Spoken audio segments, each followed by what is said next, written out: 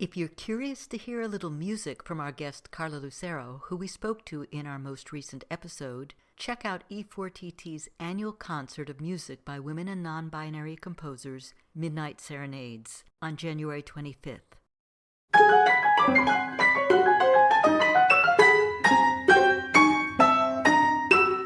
Welcome to For Good Measure, an interview series celebrating diverse composers and other creative artists, sponsored by a grant from the California Arts Council.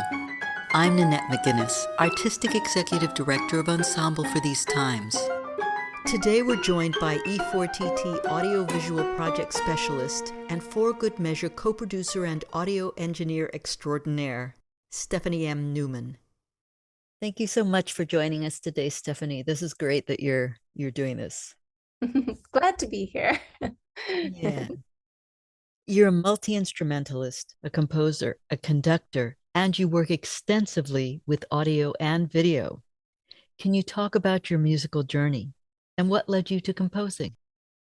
Well, the first memories I have of any type of musical activities I was doing was maybe playing piano in my piano lessons and just tinkering around and creating musicals for my parents. I feel like I've been doing music forever. I can't remember the first time, but I have pretty funny videos of me as a child just singing little songs and writing songs. And I started band in 5th grade and decided to start with the saxophone. My neighbor, my mother's best friend's daughter played saxophone. She was years older than me, and I think I just kind of followed in her footsteps in a way. I thought it was cool. So I started on saxophone and found that I really loved it and had some teachers that gave me some positive feedback. So I continued on saxophone as well as singing here and there in choirs or other situations. And then I was in a lot of sports, but I also did music and I was just always busy. Ended up being in the marching band and wind ensemble, jazz band. I was doing musical theater and anything music. And I was just drawn to it. I thought, what should I do for my career? I love music so much. And I ended up going to school for music education. Initially, I thought that was perfect. That was exactly what I should be doing. I was rounded and I loved music. So I started that degree, and the band world can be competitive. There's a lot of other types of music worlds as well, but music wasn't as fun as it was before, when I was younger. And not that I wasn't thriving, because, I gained so many skills in doing music education my first 2 years. And like even taking methods courses where I got to step in and learn all these different instruments at 8 a.m. in the morning. We were all playing like, brass methods. I'm playing trumpet, and all of my friends that we're all playing different instruments that we're not used to. And it sounded like we were back in 5th grade, starting again. And so that was fun. But with that, and also remembering how much I really liked writing music and just like the pop tunes I used to write when I was little. And I thought I wanted to try to, maybe I should be writing music. Maybe what is this path? And I just ended up kind of taking a leap into that. And we didn't have a music composition degree. It was like a concentration in it when I changed from music ed in my undergrad, where I went Miami University in Ohio. But I still took a lot of classes, and I kind of built these skills and graduated with a BA in music. And then I was composing and ended up working at a music store after I graduated and felt a little stuck. But I know my undergrad professor, Seth Cluett, he was only there for 2 years, but he did audio and electronic music, and I took his courses and ended up actually doing like a summer workshop in recording and did that. But he saw this something in me, I think, and said, I think you should go to grad school. So, Nice. and so I was like, grad school, what is that? And I just kind of went. I trusted him, and I applied to a couple of schools, and I fell in to wanting to go to Mills College because I asked him, I said, hey, I got into these schools. What do you think? And he's like, I think you're going to really fit in at Mills College. And I just took a leap of faith, and I just went across the country. I never lived anywhere than Ohio, and moved to California, and that was history. And I've been a composer ever since. So That's very yeah, cool. Lucky he was there those 2 years when you were there. yeah. You're a saxophonist and you're a vocalist.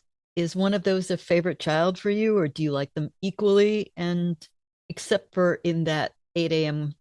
class, do you play other instruments as well?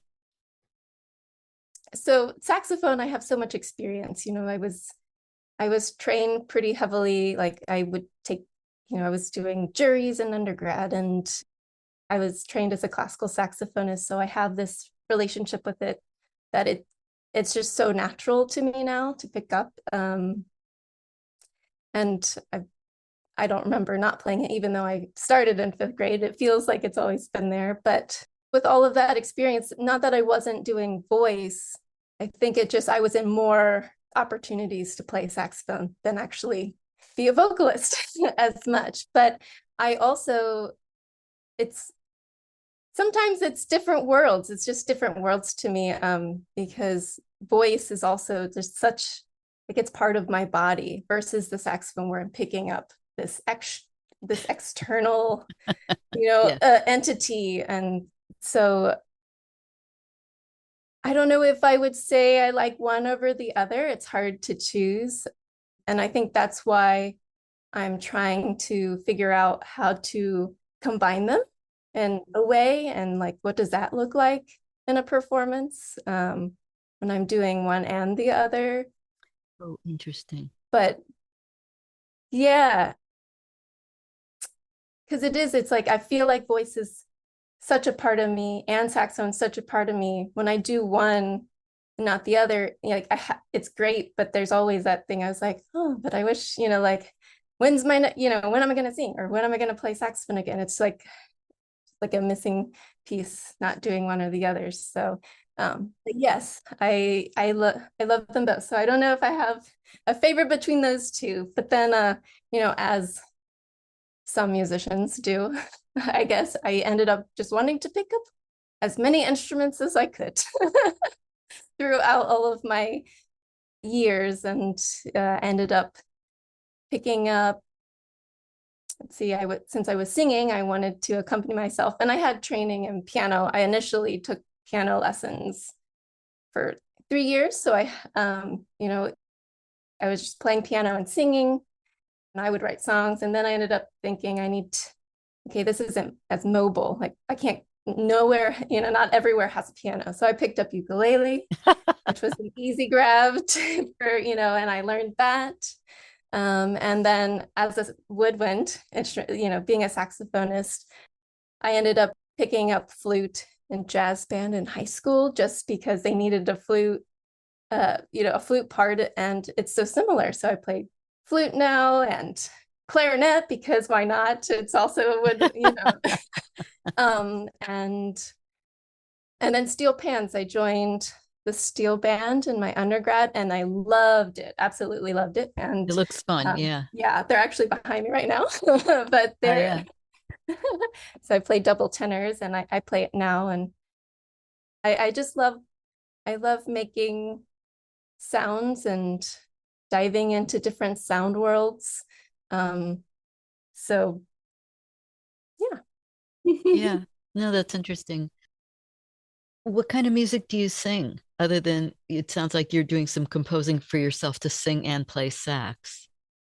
Yeah, I did musical theater back when I was in high school, and I took voice lessons then for a couple of years and did a lot of that type of music And then I did more classical voice during my graduate degree with Sarah Gans, and that was really fun. And Yeah, she's great. yeah, and I also tried to figure out, like, as a singer-songwriter, where does my voice fit? Regina Spektor was one of the vocalists that I first heard that I was like, she's a soprano, and I can sing like this, because so many popular singers, they don't sing as high as what my voice falls. And so it just never worked. It didn't feel like I could fit in that world. And so now I'm, experimenting with that and what sounds good in that register. So the classical, the musical theater singing definitely influences that singer-songwriter voice and whatever I'm creating now for myself. Thank you for listening to For Good Measure. And a special thank you to our guest, Stephanie M. Neumann, for joining us today. If you enjoyed this episode, please subscribe to our podcast by clicking on the subscribe button and support us by sharing it with your friends, posting about it on social media, and leaving us a rating and a review. To learn more about E4TT, our concert season online and in the Bay Area, or to make a tax-deductible donation, please visit us at www.e4tt.org. This podcast is made possible in part by a grant from the California Arts Council and generous donors like you. For Good Measure is produced by Nanette McGuinness and Ensemble for These Times and designed by Brennan Stokes, with special thanks to co-producer and audio engineer Stephanie M. Neumann. Remember to keep supporting equity in the arts and tune in next week for Good Measure.